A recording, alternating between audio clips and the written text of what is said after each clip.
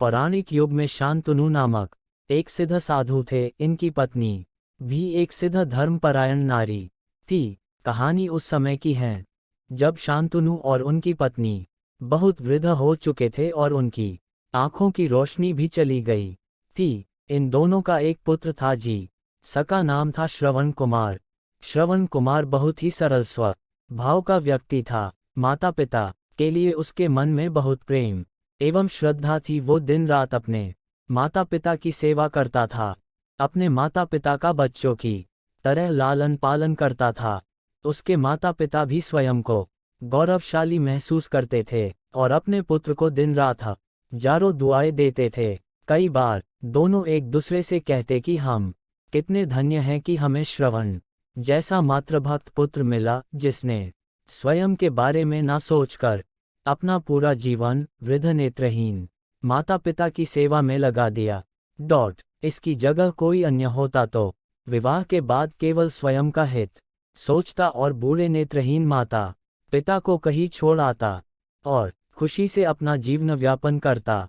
जब ये बात श्रवण ने सुनी तो उसने माता पिता से कहा कि मैं कुछ भी भिन्न नहीं कर रहा हूँ, यह मेरा कर्तव्य है। जब मैं छोटा था तब आपने मुझे इससे भी ज्यादा अच्छा जीवन दिया और अब मुझे यह सौभाग्य प्राप्त हुआ है कि मैं आपकी सेवा करूं। आप दोनों जो भी इच्छा रखते हैं मुझसे कहे, मैं उन्हें अवश्य पूरा करूंगा। तब शांतनु और उसकी पत्नी कहते हैं, पुत्र श्रवण, हम दोनों की आयु बहुत हो चुकी है। अब जीवन का कोई भरोसा नहीं है। किसी भी समय हमारी आंखें बंद हो सकती हैं। ऐसे में हमारी एकमात्र इच्छा है, हम तीर्थ यात्रा करना चाहते हैं। क्या तुम हमारी यह इच्छा पूरी कर सकते हो? श्रवण कुमार अपने माता पिता के चरणों को पकड़ कर अत्यंत प्रसन्नता के साथ कहता है, हाँ पिताश्री, यह तो मेरे लिए परम सौभाग्य की बात होगी कि मैं आप दोनों की इच्छा पूरी करूं। श्रवण अपने माता पिता को तीर्थ करवाने हेतु एक कांवड़ तैयार करता है, जिसमें एक तरफ शांतनु एवं दूसरी तरफ उनकी पत्नी बैठती हैं। और कांवड़ के डंडे को अपने कंधे पर लाद कर यात्रा शुरू करता है। उसके हृदय में माता पिता के प्रति इतना स्नेह है कि उसे उस कांवड़ का लेश मात्र भी भार नहीं लगता। अपने पुत्र के इस कार्य से माता पिता का मन प्रसन्नता से भर उठता है और वे पूरे रास्ते अपने पुत्र श्रवण को दुआएं देते चलते हैं। तीर्थ करते समय जब वे तीनों अयोध्या नगरी पहुंचते हैं तब माता पिता श्रवण से कहते हैं कि उन्हें प्यास लगी है।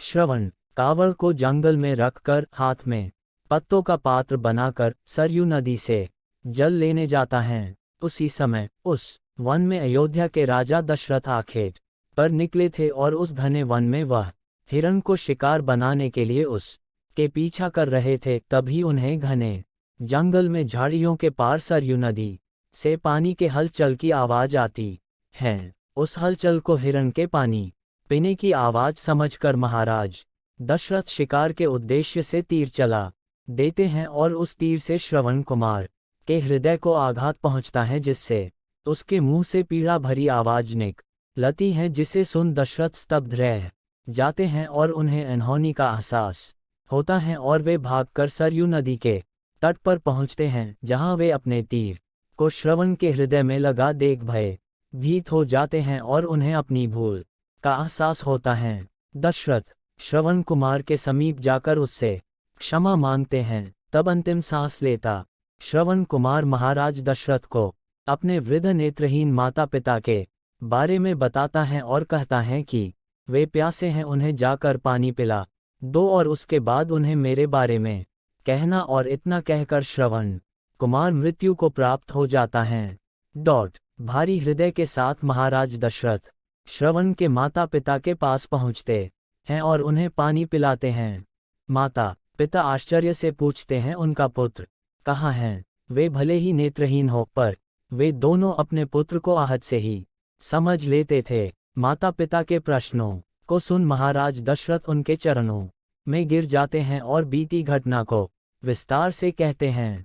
पुत्र की मृत्यु की खबर सुनकर माता पिता रोने लगते हैं और दशरथ से उन्हें अपने पुत्र के पास ले जाने को कहते हैं।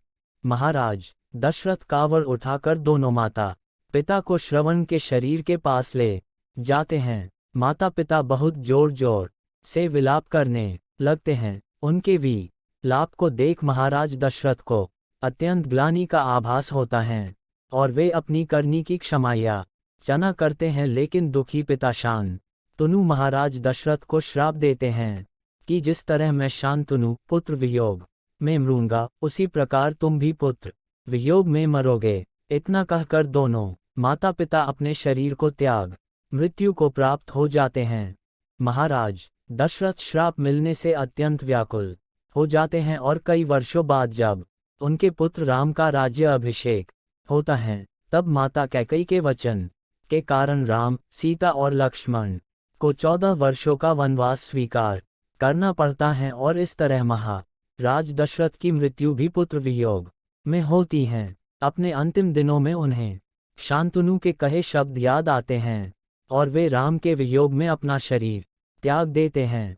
हमें यह कहानी यही शिक्षा देती है कि बिना लक्ष्य को देखे उसे भेदना कई बार आपको गलती का पात्र बना देता है और आप ना चाहते हुए भी दूसरों के दुख का कारण बन जाते हैं। यह थी श्रवण कुमार की कहानी।